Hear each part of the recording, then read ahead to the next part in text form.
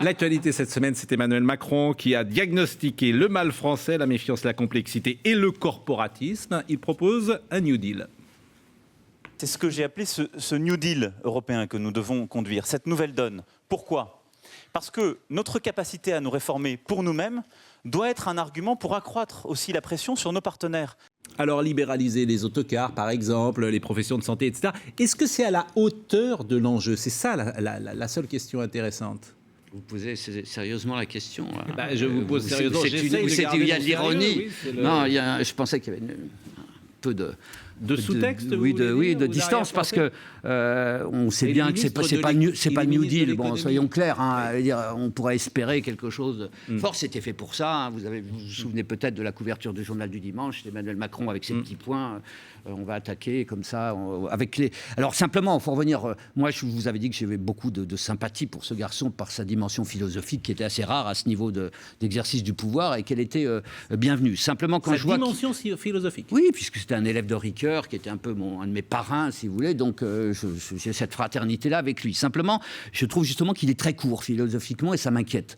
Ça m'inquiète parce que quand il avance comme 3 maladies françaises, la défiance, la complexité et le corporatisme, moi je sais que sur les ricanements nouveaux d'Éric Zemmour, j'aurais au minimum ajouté les inégalités, parce que je pense que la lutte contre les inégalités fait partie d'une relance économique, que c'est fondamental, je veux dire, de rechercher ce paramètre-là, c'est sûrement plus compliqué. Mais je suis pas contre. En tout cas, qu'un ministre de l'économie paraisse s'asseoir dessus, je pense qu'en plus ça donne des armes à tous ceux qui veulent absolument le bastonner au nom de trop de libéralisme. Je veux dire, même le une du Monde parlant de l'offensive libérale, je veux dire, de Macron, je veux dire, c'était faire beaucoup d'honneur. À l'inverse, se dire quand l'humanité dénonçait je veux dire, son libéralisme sarkozyste, je veux dire qu'il lise le programme de Sarkozy. Et, enfin, ce qu'il en est pour l'instant, ça sera faux.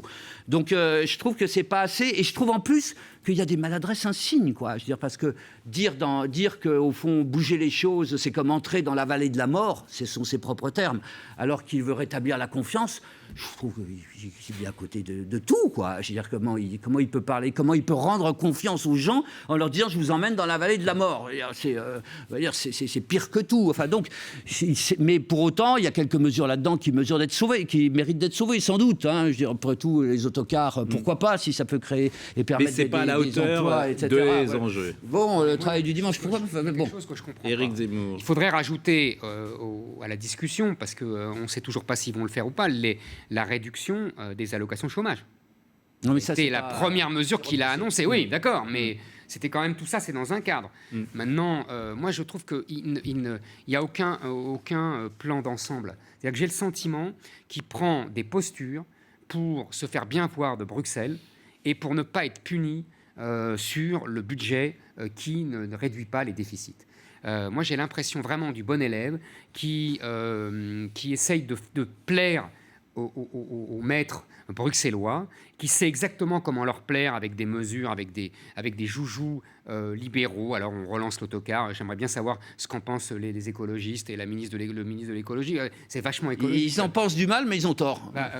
Non, mais moi, pourquoi enfin, je veux dire, vaut mieux 20 personnes dans un autocar que 20 voitures. Le travail du dimanche, pourquoi pas dans les zones touristiques, mais je pense que ça existe. Alors au lieu d'être 5, ce serait 12. Oui, enfin 12 voilà. dimanches, mais c'est assez compliqué. Ça, c'est du bricolage. C'est pour dire, je pense que c'est toujours la même chose.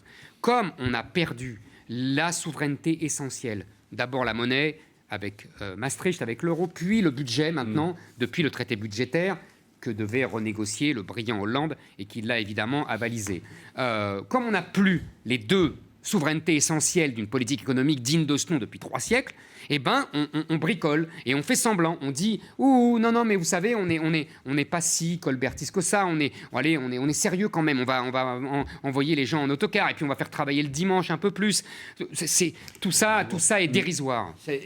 La souveraineté, c'est une conquête, Éric Zemmour. Non, mais si, mais non, c'est pas une conquête. Attendez, on l'avait. On l'a donné. Oui, enfin, on l'avait, il y a un bout de temps. Il y a quoi Il y a quand même un bout de 40 ans, on l'avait. Il y a quand même un bout de temps. Il faut quand même voir les choses en face. Si on va dans le raisonnement qui a une part de vérité d'Éric Zemmour, il faut à ce moment-là être complet. C'est-à-dire qu'effectivement, il y a dans ces mesurettes des signes adressés à Bruxelles.